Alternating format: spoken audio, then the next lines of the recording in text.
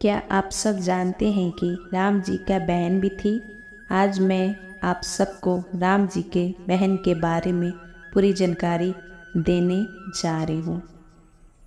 रामायण के सारे चरित्रों के बारे में लगभग सभी लोग जानते हैं। सबको पता है कि भगवान राम के 3 भाई थे, लक्ष्मण, भरत और शत्रुघ्न। लेकिन बहुत कम लोग जानते होंगे कि भगवान राम की एक बहन भी थी जिनका नाम शांता था। रामायण में भी शांता का बहुत कम जिक्र है। शांता इन चारों भाइयों की बड़ी बहन थी। शांता का जिक्र रामायण में भी है। वह राजा दशरथ और कौशल्या की बेटी थी जिन्हें वर्षणी और उनके पति रोमपद ने गोद लिया था। शांता ऋषि ऋंशक की पत्नी थी। शांता और ऋषि ऋंशक के वंशज सेंगर राजपूत है जिन्हें एकमात्र ऋषि वंशी राजपूत कहा जाता है। शांता महाराजा दशरथ और कौशल्या की बेटी थी जिन्हें अंग देश के राजा रोमपद और कौशल्या की बड़ी बहन वर्षणी ने गोद लिया गया था। वर्षणी की कोई संतान नहीं थी। एक बार वर्षणी अपने पति के साथ अपनी बहन से मिलने अयोध्या आई थी। वर्षणी ने मजाक में शांता को गोद लेने की इच्छा जताई। वर्षणी की ये बात सुनकर राजा दशरथ ने उन्हें अपनी बेटी शांता को गोद देने का वचन दे दिया और इस तरह शांता अंग देश की राजकुमारी बन गई। शांता के बाद राजा दशरथ की कोई संतान नहीं थी। वो एक पुत्र चाहते थे जो उनके राजवंश को आगे बढ़ाए। उन्होंने ऋषि ऋंशक को पुत्र कुमिष्ट यज्ञ करने के लिए बुलाया गया, जिसके परिणाम स्वरूप राम, भरत और जुड़वा लक्ष्मण और शत्रुघ्न का जन्म हुआ। शांता को वेद, कला और शिल्प का अनूठा ज्ञान था। वह बहुत सुंदर थी। एक दिन राजा रोमपद शांता के साथ बातचीत में व्यस्त थे। तभी एक ब्राह्मण मानसून के दिनों में राजा से खेती में मदद मांगने की आज्ञा की। रोमपद ने ब्राह्मण की याचना पर ध्यान नहीं दिया। अपनी उपेक्षा से नाराज ब्राह्मण वहां से चले गए। वर्षा के देव इंद्रदेव भी अपने भक्त के इस अपमान से नाराज हो गए। इसलिए मानसून के मौसम में वहां बहुत कम वर्षा होती थी। सूखा पड़ने से वहां हाहाकार मच गया। इस समस्या से मुक्ति पाने के लिए रोमपद ऋषि श्रृंग के पास गए। रोमपद ऋषि श्रृंग से यज्ञ करने की विनती करते हैं। ऋषि श्रृंग के कहे अनुसार यज्ञ किया जाता है, जिसके बाद अंग देश में वर्षा होती है और सूखे की समस्या खत्म हो जाती है। इससे प्रसन्न होकर रोमपद ने अपनी पुत्री शांता का विवाह ऋषि श्रृंग से करा दिया। रामायण के कई पात्रों की कहानियाँ की तरह शांता के बारे में भी विभिन्न मत हैं। सत्य बाबा साईं ने 19 मई 2002 को दिए अपने एक प्रवचन में भगवान राम की बहन का जिक्र किया था। प्रवचन के अनुसार राम को जन्म देने से पहले कौशल्या की एक बेटी थी जिनका नाम शांता था। चूँकि वह एक लड़की थी और सिंहासन पर नहीं बैठ सकती थी, इसलिए उन्होंने शांता को एक ऋषि को गोद दे दिया। ऋषि ने उन्हें पाल पोसकर बड़ा किया और ऋषि श्रृंग के साथ उनका विवाह किया। दशरथ ने अपने मंत्री सुमंत की सलाह पर कुलीन ऋषियों को पुत्र कुमिष्ट यज्ञ में शामिल होने के लिए आमंत्रित किया। दशरथ ने ऋषि श्रृंग को खास तौर पर आमंत्रित किया और समारोह में आने के लिए कहा। ऋषि श्रृंग एक महान ऋषि थे। वह जहाँ भी पैर रखते थे वहाँ समय पर बारिश, शांति और समृद्धि रहती थी। वहाँ लोग आनंद में रहते थे। सुमंत ने ऋषि श्रृंग के पास जाकर उन्हें यह यज्ञ कराने को कहा।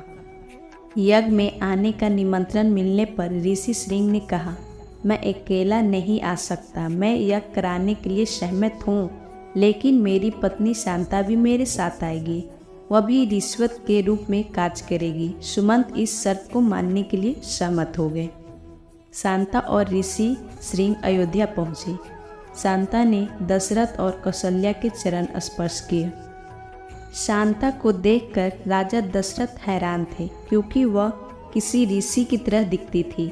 शांता ने जहाँ भी पैर रखा वहाँ से सूखा गायब हो गया। दशरथ और कौशल्या सोच में पड़ गए कि आखिर यह कौन है। तब शांता ने स्वयं अपनी पहचान प्रकट की। उन्होंने कहा, मैं आपकी पुत्री शांता हूँ। दशरथ और कौशल्या को यह जानकर बहुत खुशी हुई कि वह उनकी पुत्री शांता है, जिन्हें उन्होंने एक ऋषि को गोद दे दिया था। कहानी का एक और संस्करण है जो टीवी एवं धार्मिक में दिखाया जाता है। इसके अनुसार शांता को किसी भी गोद नहीं दिया गया था। अयोध्या में एक बार भयंकर सूखा पड़ा था और ऋषि श्रृंग को यज्ञ करने के लिए बुलाया गया था। ऋषि श्रृंग द्वारा यज्ञ किए जाने पर जोरदार बारिश होती है और हर कोई खुशी से झूम उठता है। राजा दशरथ ऋषि श्रृंग को पुरस्कार करने की इच्छा जताते हैं। ऋषि ने दशरथ की बेटी शांता का हाथ मांगकर वहां सबको चौंका दिया।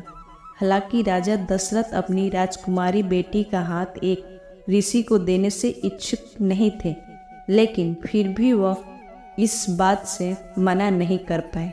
कुछ सालों बाद भी राजा दशरथ की कोई संतान नहीं होती है। वह पुत्र कोमेष्ट यज्ञ करने के लिए फिर से ऋषि श्रृंग को आमंत्रित करते हैं।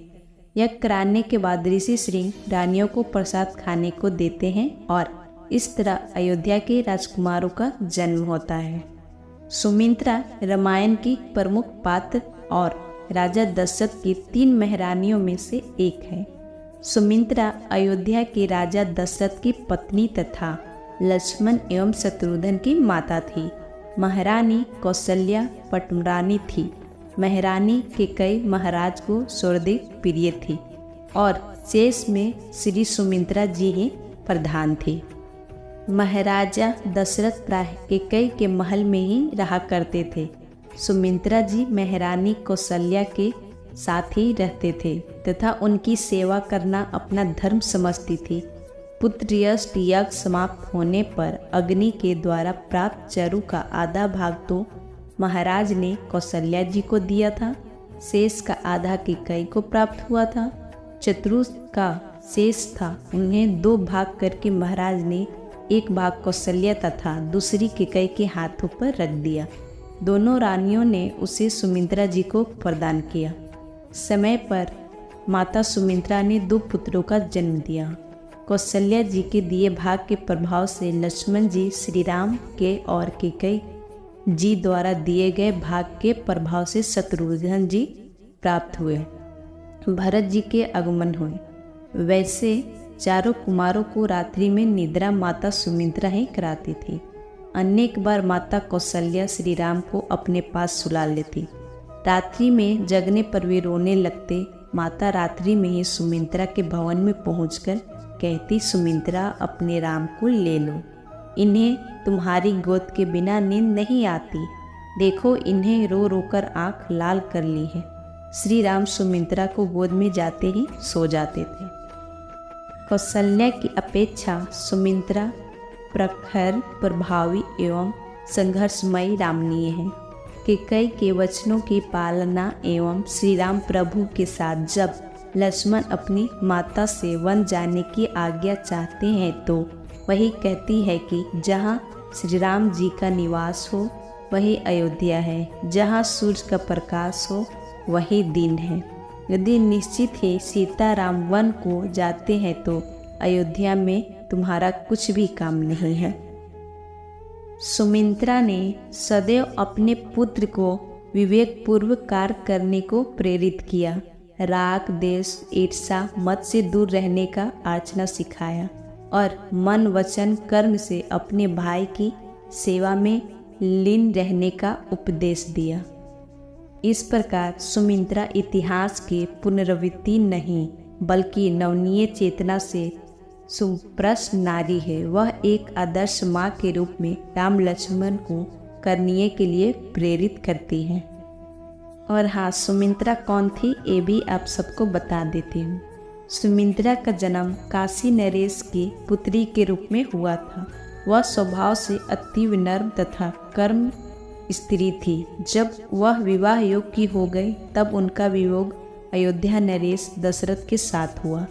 दशरथ के पहले से ही 2 पत्नियां थीं तथा तीसरे पत्नी सुमित्रा बनी।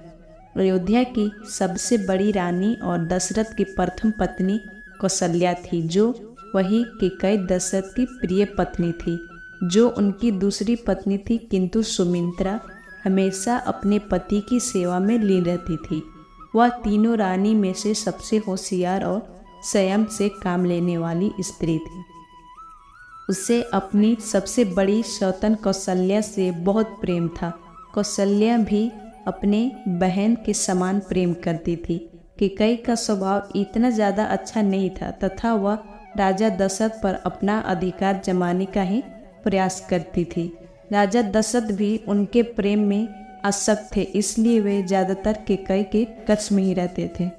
दूसरी ओर सुमित्रा कौशल्या से निकट रहना पसंद करती थी। वह उनकी सेवा करना ही अपना धर्म समझती। वह अयोध्या का कामकाज देखने के साथ साथ दशरथ और कौशल्या की भी बहुत सेवा करती थी। गाँव में से सभी पुत्रों का स्नेह सुमित्रा से ही सबसे ज्यादा था। सुमित्रा ही बचपन में सभी राजकुमारों को अपनी गोद में सुलाया करती और उन्हें लोरी सुनाती थी। वह सभी से एक समान प्रेम करती, किंतु उसका मुख्य प्रेम कौशल्या का पुत्र श्री राम के प्रति बहुत ज़्यादा था। जब चारों राजकुमार गुरुकुल से अपनी शिक्षा पूर्ण करके वापस आ गए, तब सुमित्रा भी बहुत प्रसन्न थी। फिर सभी का विवाह भी हो गया और सुमित्रा को भी 4 बहुआ मिली। कुछ समय बाद ही कैकेयी ने ऐसी चाल चली कि अयोध्या के राज परिवार में हलचल मच गई।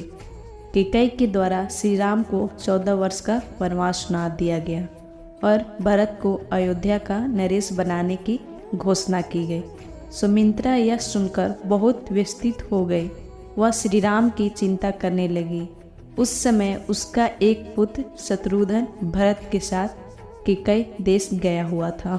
लक्ष्मण शुरू से ही श्री राम के प्रिय थे तथा वे उनके बिना नहीं रह सकते थे।